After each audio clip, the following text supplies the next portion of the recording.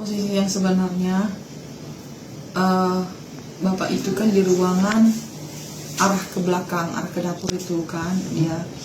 Nah di situ.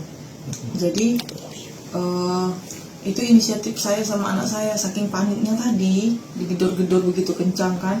Nah setelah itu ya udah inisiatif dari anak saya itu ditarik-tarik, Bu, masuk ke sini aja, masuk ke sini aja kan. Jadi masuklah ke bawah tempat tidur karena jarak tempat tidur itu sama lantai itu nggak lebar.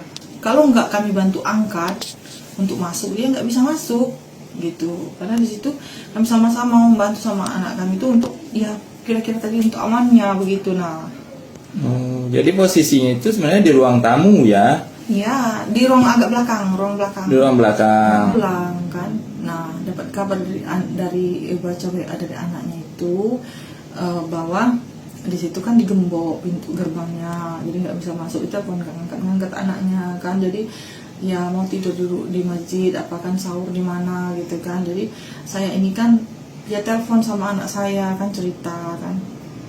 Jadi kata anak saya, kenapa nggak sahur di rumah aja, Bu? Sekarang kan juga udah jam berapa katanya kan. Nah, mampir ke sini aja sahur gitu kan. Jadi sembari menunggu sahur itu tadi, nggak selang kemudian lama datang orang-orang itu. Kaget kami sama anakku.